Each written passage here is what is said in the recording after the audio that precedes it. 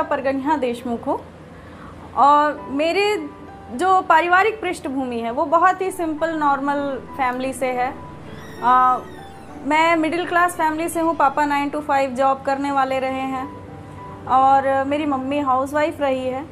और मेरी जो प्रारंभिक शिक्षा है वो भिलाई शहर के स्कूलों से शुरू होकर वहीं तक के रही। मैं कहीं बाहर नहीं गई हूँ और घर से स्कूल, स्कूल से घर, बस यही चला है। और तो कुछ ऐसा मेरी लाइफ में स्टडीज़ के दौर पे कुछ ज़्यादा रहा नहीं। लेकिन मैंने अपनी जो आगे की शिक्षा है वो शादी के बाद भी जारी रखी, जिसमें मेरे हस्बैंड ने मेरा बहुत सहयोग किया। तो मेरे ग्रेजुएशन और पोस्ट ग्रेजुएशन जो है वो मेरी शादी के बाद ही हुई है। मैंने MA सोशल साइंस में किया हुआ है। सोशल वर्क में आने का जो मेरा उद्देश्य था, जो मेरा मकसद था, शायद कहीं ना कहीं वो बचपन से ही तैयार हो गया था, क्योंकि स्कूल टाइम में भी मेरा हमेशा रहता था कि मैं अपनी किताबें, अपने बुक्स और अपने जितने भी नोट्स रहते थे मैं दूसरों को दे देती थी, क्योंकि पता नहीं गॉड गिफ्ट था कि क्या, मुझे सुनकर याद ज़्यादा जल्दी हो जाता था। तो मैंने क्लास अटेंड्स करने थे, सारे करती थी, तो फिर वो जो लिखा हुआ रहता था वो मुझे तो याद रहता था, तो मैं लोगों की हेल्प कर देती थी। और साथ ही साथ दूसरों की अगर कोई गलत हो रहा है या कुछ हो रहा है तो वहाँ जाके लड़ने का एक मेरा अलग से रहा कि नहीं, मैं खड़े हो जाती थी। अकेले हूँ, मुझे कोई फ़िक्र नहीं रहती थी कि मैं जाके वहाँ पे उनके लिए, उनके बिहाफ में लड़ लूँ। गलत है तो है। तो ये एक चीज़ था जो शायद मुझे सोशल वर्क में खींचा। और शादी फिर मेरी जब हुई तो ऐसा हुआ कि मेरे हस्बैंड भी मेरे लिए बहुत सपोर्टिव निकले। वो भी बहुत अच्छे हेल्पफुल पर्सन हैं। यहाँ उनको मतलब हर कोई इसलिए जानता है, इसलिए मानता है क्योंकि वो बहुत हेल्प करते हैं लोगों की। तो एक बहुत अच्छा कंपैटिबल वो था कि हाँ मैं कर सकती हूँ। मैं कुछ भी करती थी तो सपोर्ट करते थे कि नहीं नहीं तू सही है। तो वो एक जो बैक सपोर्ट था मुझे और आगे जाने के लिए बहुत अच्छे से तैयार किया। मेरे को मेंटली बहुत प्रिपेयर किया कि हाँ मैं कुछ जो कर रही हूँ वो गलत नहीं है, वो अच्छा है। कुछ लोग बोलते थे कि गलत है, तेरे को कुछ नुकसान हो सकता है या कुछ, तो कभी ऐसा मेरे को लगा नहीं, क्योंकि एक सपोर्ट जो था मेरे लिए, मेरे मम्मी पापा का सपोर्ट, मेरे हस्बैंड का सपोर्ट बहुत अच्छा था। तो मैं इसलिए यहाँ तक के आज पहुँच पाई हूँ। न्याय से पीड़ित लोगों को अपने आसपास देख के मेरे को वहाँ से मतलब मोटिवेशन मिला कि मुझे कुछ करना चाहिए। और मेरे हस्बैंड भी बहुत हेल्पफुल नेचर के थे। तो शादी के बाद मेरी पढ़ाई जब कंप्लीट हो गई, मेरे बच्चे भी हो गए थे। मेरे 2 बच्चे हैं, तो मेरे बच्चे भी हो गए और उनको देख रेख के लिए भी मम्मी पापा ये लोग थे। तो थोड़ा बहुत मैं अपना योगदान देती थी जब तक कि बहुत छोटे थे। फिर धीरे धीरे करके पहले तो उसको सामाजिक परिवेश को समझी कि कैसे मेरे आसपास में हेल्प कर सकती हूँ, कितने हद तक के हेल्प कर सकती हूँ और कितना जा सकती हूँ। तो जैसे भी लोगों को मोटिवेट करके हेल्प करना है या फिर उन लोगों को जानकारी देकर हेल्प करना है, उनको अपने लिए खड़ा होना कैसे सिखाना है, ये सब चीज़ों पे मैं ज़्यादा ज़ोर देती थी और ध्यान देती थी। घर से संपन्नता होने के कारण कभी ऐसा था नहीं कि आर्थिक रूप से मेरे को कोई परेशानी होगा। तो कहीं भी जहाँ से भी आता था कॉल आता है, अभी भी आता है कॉल, तो मैं बिल्कुल उन लोगों की मदद करने के लिए चली जाती हूँ। और हमेशा से ये रहा कि मेरे पापा मम्मी लोग भी कभी कहीं कुछ प्रॉब्लम है और अगर मुझे जाना है तो वो बिल्कुल सहयोग करते हैं कि जाओ ऐसा करके। और दूसरी चीज़, कभी घर में ऐसा रोक टोक वाला माहौल नहीं रहा। हर कोई मेरे को इतना सपोर्ट किया है कि आज मैं इस मुकाम में आई हूँ। तो ये मेरे लिए बहुत अच्छा वो है। अब मेरे बच्चे भी बड़े हो गए हैं। मेरा बेटा अभी 18 साल का है, मेरी बेटी 12 साल की है। तो वो लोग मेरा जो सपोर्ट करते हैं, अब बच्चे भी मेरे को बहुत सपोर्टिव मिले हैं, वो लोग मेरा सपोर्ट करते हैं। घर में मैं रहूँ ना रहूँ, लेकिन वो बहुत अच्छे से घर भी संभाल लेते हैं, सारा काम करना है, कुछ भी है लाना ले जाना, गाड़ी वगैरह सब पूरा हैंडल कर लेते हैं। तो कभी मुझे ऐसा लगा नहीं, फील नहीं हुआ कि मैं कैसे करूँगी। एक महिला होकर, जैसे लोगों का सबसे पहला सवाल होता है आप महिला हो और कैसे ये सब काम करते हो करके, तो मेरे लिए ये बहुत इजी कर दिया मेरे घर वालों ने कि मैं महिला हूँ तो क्या हो गया, लेकिन मैं ये कर सकती हूँ। तो जो एक समानता की बात आती है कि महिलाओं को समानता का अधिकार मिलना चाहिए ऐसा करके, तो वो मेरे घर से ही मैंने सीखा है और इसलिए मैं बाहर लोगों को भी ये चीज़ बहुत अच्छे से बता सकती हूँ। कामकाजी महिलाओं के लिए मैं जो काम करना स्टार्ट करी तो मैंने देखा एक्चुअल में कि ऑफिसेज़ में जो महिलाएं काम करती हैं, ऑफिसेज़ में ही नहीं, क्योंकि जो भी महिला काम करती है वो कितनी ज़्यादा प्रताड़ित है, लेकिन उनको कोई जानकारी ही नहीं है क्या करें, कैसे करें, किसको बताने जाएं, ये वाली स्थिति थी। तो उसके लिए मैंने एक रास्ता खोजना चालू किया कि कहीं कुछ तो होगा, क्योंकि हमारा जो संविधान है, हमारा जो कानून व्यवस्था है वो बहुत ही अच्छा है, तो उसमें कहीं ना कहीं कोई ऐसी चीज़ तो होगी करके तब मुझे पता चला एक अधिनियम का कि 2013 अधिनियम के तहत कामकाजी महिलाओं का लैंगिक उत्पीड़न को लेकर एक अधिनियम है। उसमें बहुत सारी ऐसी धाराएं हैं जिसके तहत एक अच्छा समिति का गठन होता है जो महिला बाल विकास के अंडर में रहता है, और वो हर ऑफिसेज में जहाँ पे 10 से अधिक लोग काम करते हैं वहाँ पे गठन किया जाता है करके। तो मैंने इस पर काम करना चालू किया, जानकारी इकट्ठा करना चालू की, बहुत सारी जानकारियाँ मैंने ली, RTI लगाया और निकाला ऑफिसेज से कि उसका क्या है, कैसा है, अमेंडमेंट क्या क्या होता है और हो सकता है। तो मुझे ये पता चला कि यहाँ कामकाजी महिलाओं की जो स्थिति है वो बहुत ख़राब है, बहुत अब बोल सकते हैं कि उनके पास उनको जानकारी ही नहीं है कि एक ऐसी शक्ति है उनके पास कि वो अपनी बात को रख सकते हैं, लेकिन वो चीज़ों को बताने के लिए जो भी अधिकारी वर्ग है वो नहीं कर पा रहे थे, या जो भी है, बहुत सारे अधिकारियों को तो खुद ही जानकारी नहीं है। जब मैंने जाके पूछा तो उनको ही नहीं पता है कि ये व्यवस्था कैसी होती है, तो उसके वो मैंने पूरा रीड किया, रिसर्च किया और बहुत सारी चीज़ों को निकाल के जब देखा तो पता चला कि अगर इसको सही तरीके से, व्यवस्थित तरीके से लोगों को बताया जाए तो किसी भी महिला को पुलिस थाने में जाके कंप्लेन करने की आवश्यकता नहीं पड़ेगी। और ये जो अधिनियम है, इस अधिनियम के तहत जो समिति का गठन है, इसको हर महीने जानकारी देनी होती है कि ऐसी जानकारी है, ये तरीके से आप यहाँ पे कंप्लेन कर सकते हैं। आंतरिक शिकायत समिति करके जो समिति है वहाँ आप कंप्लेन कर सकते हैं। तो ये जानकारी जैसे जैसे लोगों को दी जाएगी तो वहाँ पे प्रताड़ना कम होगी। अच्छा, सबसे अच्छा पहलू इसका ये है कि सिर्फ महिला के लिए नहीं है, ये उन पुरुषों के लिए है जो महिलाओं से प्रताड़ित हैं, क्योंकि आज के डेट में सबसे ज़्यादा अगर कहीं सुनने को आता है तो महिलाएं डरा कर रखती हैं कि हम आपके लिए ऐसी कंप्लेन कर देंगे। तो इसमें एक ऐसी व्यवस्था है जो इंटरनल जांच करेगा, और वो एक अपनी कमेटी, इंटरनल कमेटी है जो जांच करके आपके बारे में सारी चीज़ें निकालेगा और उसके शिकायत को सही तरीके से लेगा। तो इसमें आप लिखित शिकायत कर सकते हैं, ऐसी व्यवस्था है। लेकिन इस व्यवस्था के बारे में जानकारी देता नहीं है कोई, क्योंकि अधिकारियों को ही जानकारी नहीं है। तो इस पर मैं बहुत लंबे समय से काम करते आ रही हूँ, करीबन मुझे 4 साल हो गया है। आज की स्थिति में ऐसा है कि नगर निगम रिसाली में मैंने जब RTI लगाया, जानकारी ली, सब किया और फिर जाके आयुक्त महोदय को बताया तो उन्होंने प्रॉपर तरीके से वहाँ पे समिति का गठन तो कर दिया, लेकिन जानकारी अभी भी नहीं दी गई है।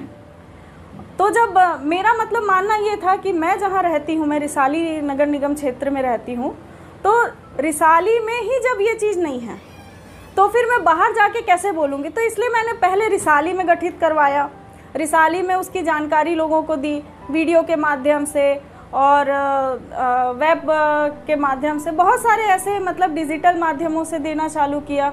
एक मेरी भागीदारी करके एक साइट भी चालू किया, ब्लॉग भी है, जिसमें सारी जानकारियाँ किस धारा के तहत उसमें कार्रवाई होती है, क्या होता है, कैसे कैसे आपको जानकारी मिल सकती है, क्या क्या आपको करना चाहिए, ये सारी चीज़ें हैं। मतलब वो एक आधिकारिक लेवल पे भी अगर कोई जाके उसमें जानकारी लेना चाहेगा तो सरल शब्दों में और सिंपल भाषा में उसमें है, ताकि लोग समझ जाएं। तो मेरा जो काम है, मैं जो सोशल वर्क में मतलब एक महिला संरक्षण के लिए जब बात करती हूँ, कामकाजी महिलाओं के लिए जब बात करती हूँ, तो एक ये रहता है कि आप महिला हैं तो आप अपने लिए खुद ही खड़े हो सकते हैं, आपके पास शक्ति है, लेकिन आपको उसको जानने की, अपने आप में उसको जागृत करने की बहुत ज़्यादा ज़रूरत है। तो मेरा यही काम रहता है कि मैं लोगों को मोटिवेट करूं, उनको बताऊं, उनको जानकारी दूं और अपने लिए पहले खड़े हो जाओ, उसके बाद फिर आप दूसरों के लिए तो कभी भी खड़े हो सकते हो। मेन मुद्दा ये रहता है, लोगों का जो परेशान होते हैं ज़्यादा, उनके साथ में सबसे बड़ी दिक्कत यह है क्योंकि वो जानकारी के अभाव में रहते हैं। जिस दिन जानकारी का अभाव हट जाएगा उस दिन उनको किसी भी की ज़रूरत नहीं पड़ेगी और वो उनको सारी चीज़ें समझ में भी आ जाएंगी कि हमको करना क्या है आगे। नियम कानून ठीक है, हर कोई नहीं जान सकता, लेकिन अपनी सुरक्षा के लिए जितनी जानकारी चाहिए होती है वो तो बिल्कुल जान सकता है। तो मैं इसी पे ज़्यादा काम करती हूँ। सोशल वर्क की फील्ड में आने के बाद जब मैंने महिलाओं के लिए स्टार्ट किया था तो धीरे धीरे जब लोगों से मिलना शुरू हुआ तो उनकी बहुत सारी ऐसी बेसिक परेशानियाँ थी जो मुझे समझ में आई, सुनाई में आई। सबने बताया कि हमको ये प्रॉब्लम भी है, ये प्रॉब्लम भी है। अब सबसे पहला जो परेशानी था, जैसे मैंने कुछ फील्ड्स में काम किया तो बेसिक मेरा था कि लोगों को घर की प्रॉब्लम होती है ना। लोग अपनी पूरी जमा पूंजी लगाते हैं, एक घर खरीदते हैं, कहीं कॉलोनी बस रही है वहाँ जाके बस जाते हैं, लेकिन उनको ये जानकारी नहीं होती है कि जो बेच रहा है उससे मतलब जिससे हम ले रहे हैं, जो बेचने वाला है वो सही है नहीं है। वो जो भी कागज़ दिखा दिया उसको मान लेते हैं, लेकिन उनको ये समझ नहीं आता कि कैसे ऊपर से लेके नीचे तक के सारी साठ गांठ में चलते आ रहा है, या फिर वो गलत पेपर भी हो सकता है। ये चीज़ की वो सही तरीके से जांच नहीं करा पाते हैं। अब उनको सबसे बड़ी चीज़ देखिए ऐसा है कि नगर निगम क्षेत्र में अगर कोई कॉलोनी है तो उसमें कॉलोनाइज़र एक्ट करके एक होता है, जो निगम के द्वारा, तहसीलदार के द्वारा, ऐसे पटवारी के द्वारा सारा वो उस एक्ट में है कि उनको क्या क्या काम करने हैं और सही तरीके से पेपर वर्क कैसे करना है। तो उन चीज़ों को अगर वो सही तरीके से बता रहे हैं या समझा रहे हैं तो बहुत अच्छा है, उनको कभी धोखा नहीं होगा। लेकिन लोगों को क्या है कि वो एक धोखे में रह जाते हैं कि हम घर तो ले लिए लेकिन ऐसे कैसे हमको धोखा दे दिए कि ये जो ज़मीन हमने ली है ये अवैध है या फिर विवादों में है, इसका पता कैसे लगाएं। तो इसका पता लगाने का सबसे अच्छा तरीका है कि आपको ये जानकारी होनी चाहिए कि कॉलोनाइज़र एक्ट के तहत तो वो ज़मीन जो कॉलोनी बसी है वो है कि नहीं, और वहाँ प्रॉपर तरीके से सारी चीज़ें हैं कि नहीं। जैसे सरकारी ज़मीन कितनी है, क्या वहाँ पे सरकारी ज़मीन में क्या क्या काम है, वो उसका कोई प्लान बना है क्या, ये सारी चीज़ें। तो उसमें हम अवेयरनेस का प्लान करते हैं, हम लोग अवेयरनेस प्रोग्राम भी करते हैं, चलाते हैं, बताते हैं लोगों को। तो ऐसे लोग हमारे पास बहुत आने लगे कि हमको ज़मीन वाली प्रॉब्लम है कि हमारा ज़मीन जो है विवादों में फंस गया है या कहीं पे कब्जा हो रहा है, क्या कोई बहुत सारे गुंडा तत्व हो गए या फिर ऐसे ज़मीन दलाल जो हैं वो सारा जहाँ भी खाली प्लाट मिला तो उसको 4 लोगों को बेच देंगे या फिर कब्जा करके बेच देंगे। तो इस तरह की चीज़ें हमारे सामने आती है तो हम लोग उस पर भी काम करते हैं। और उसी प्रकार से वहाँ घरों में पानी की सुविधा सबसे ज़्यादा, जैसे कॉलोनी तो बस गई, कॉलोनी बसने के बाद क्या आपको सबसे पहला जो परेशानी होगा वो पानी का होगा। तो पानी की परेशानी के लिए हम लोगों ने सोख्ता बनाने के लिए एक बहुत अच्छा प्रोग्राम चलाया और उसमें बहुत लोगों को अवेयर किया। घर का पानी घर में, गली का पानी गली में, शहर का पानी शहर में, ऐसा एक हमारा मोटो था चलाने का कि आप सोख्ता बनाएं और सोख्ता बनाकर जो भूमिगत जल है वो जो कम हो रहा है उसको आप सही लेवल पे लाएं, सही लेवल पे मेंटेन करें। तो इस पर भी हमने एक प्रोग्राम चलाया तो बहुत लोगों ने बहुत अच्छा सपोर्ट किया। जहाँ मैं रिसाली क्षेत्र में रहती हूँ वहाँ की नई जो कॉलोनियाँ बसने वाली थी और घर बन रहे थे वहाँ जाके हमने अवेयर किया तो उन्होंने बहुत अच्छे से सपोर्ट किया और अपने घरों में सोख्ता बनाया। जैसे कि किचन का पानी हो गया, बाथरूम का पानी हो गया, ये सब जो हाथ पैर धो रहे हैं या फिर बर्तन धो रहे हैं तो वो पानी कम से कम ज़मीन में ही जाए, इसलिए उसके लिए हम लोगों ने व्यवस्था करवाई। तो वो सारी चीज़ें करते करते आज ऐसा है कि लोगों के सिर्फ जागरूकता ही हमारा एक अभियान रह गया है कि हमको लोगों को जागरूक करना है और खुद के लिए खड़ा होना सिखाना है कि आप खुद से, हर जगह हम तो होंगे नहीं, या सोशल वर्कर जो हैं वो इतने नहीं हैं कि हर जगह हर तरीके से आपके साथ में खड़े हो सके। तो इसलिए हम लोगों का ये रहता है कि नहीं, आपको किसी भी तरीके से मोटिवेट करें और आपको अपने लिए बात करने के लिए, अपनी बातों को सही जगह और सही तरीके से रखने के लिए आप लोगों को अवेयर करें और आप लोगों को सही जानकारी दे दें। तो चाहे वो कानूनी तरीके से हो या कुछ भी, आप जो भी परेशानी हो उसको हम लोग सॉर्ट आउट करने की बहुत कोशिश करते हैं। तो हमारा तो यही काम रहता है कि हम जितना हो सके आप लोगों का मार्गदर्शन करें। और मेरे लिए ये सबसे बड़ी खुशी की बात है कि मैं किसी के भी थोड़ा सा काम आ सकूं, और कोई अगर मेरे से थोड़ा भी खुश हो जाता है, मुझसे बात करके अगर उनको अच्छा लग जाता है, तो ये मेरे लिए बहुत खुशी की बात होती है। तो वो क्या है, लोगों के लिए ये ज़रूरी नहीं है कि आप खुशियाँ किस में ढूंढ रहे हैं, लोगों के लिए ये ज़रूरी है कि आप खुशियाँ हर जगह ढूंढ सकते हैं, हर जगह है, लेकिन कैसे। तो वो चीज़ों को मैं ज़्यादा अच्छे से विस्तार करना पसंद करती हूँ। लोगों के साथ में घुल मिल के रहना मुझे बहुत पसंद है। जितना हो सके मैं लोगों के साथ में बात करना पसंद करती हूँ, क्योंकि सबसे पहले सामने वाला व्यक्ति जो है वो आप पे भरोसा करेगा तभी आपको बताएगा, और जब तक आपके ऊपर भरोसा नहीं है तो वो आपको कुछ बता नहीं पाएगा। तो मेरा ये रहता है कि नहीं, मैं उसका भरोसा जीत सकती हूँ और कायम रहूँ कि उसका भरोसा जो है मुझ पे बना हुआ है वो बना रहे। तो एक बहुत बड़ा मेरा बोल सकते हैं कि एक बहुत बड़ा काम है कि मैं लोगों का भरोसा ना तोड़ूं। इसके लिए मैं बहुत बहुत धन्यवाद करती हूँ लोगों को कि मेरा बहुत सपोर्ट करते हैं और मेरे साथ में मैं जहाँ भी कहीं मान लो कहीं कुछ प्रॉब्लम में मैं फंस जाऊँ तो मेरे साथ में खड़े होते हैं। तो ये मेरे लिए बहुत अच्छी बात है। ये जो मेरा समाज सेवा का कार्य है, मेरा सिर्फ इतना ही उद्देश्य रहता है कि मैं यहाँ समाज के लोगों को जागरूक कर सकूं और छत्तीसगढ़ में कोई भी ऐसा ना हो जो शिक्षा के अभाव में या फिर किसी चीज़ की जानकारी के अभाव में अपने नैतिक जो कर्तव्य हैं, जो वहाँ अपनी सुरक्षा के लिए उनके जो कर्तव्य हैं उसके अभाव में वो किसी भी प्रकार से परेशानी में रहें। लोगों की खुशी मेरे लिए बहुत मायने रखती है, और छत्तीसगढ़ की खुशहाल जनता अगर रहेगी, छत्तीसगढ़ जो है वो अगर खुशहाल रहेगा तो फिर ये बहुत अच्छा वो रहेगा कि जैसे किसान हैं, आपके कर्मचारी वर्ग के लोग हैं, वो उनकी वो मेहनत है। मैं किसी की मेहनत जब वेस्ट होती है, जब वो कहीं पे प्रॉब्लम में आती है तो मुझे अच्छा नहीं लगता है। बस वही है कि इसीलिए मेरे को लड़ने की प्रेरणा मिलती है। मैं लोगों को जागरूक करना चाहती हूँ कि ऐसा हो। और ये तो खैर एक अलग बात हुई, लेकिन महिलाओं के लिए अगर मैं बोलूँ तो महिला सशक्तिकरण, ये जो शब्द आता है, मैं तो इसका मतलब विरोध ही करती हूँ कि महिला सशक्तिकरण तो होना ही नहीं चाहिए, क्योंकि महिला तो ऑलरेडी बहुत सशक्त है, पुरुषों से ज़्यादा सशक्त है महिला।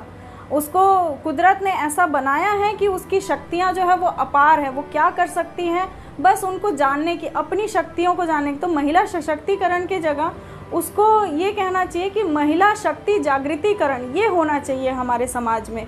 महिला सशक्तिकरण नहीं होना चाहिए, क्योंकि वो ऑलरेडी सशक्त है।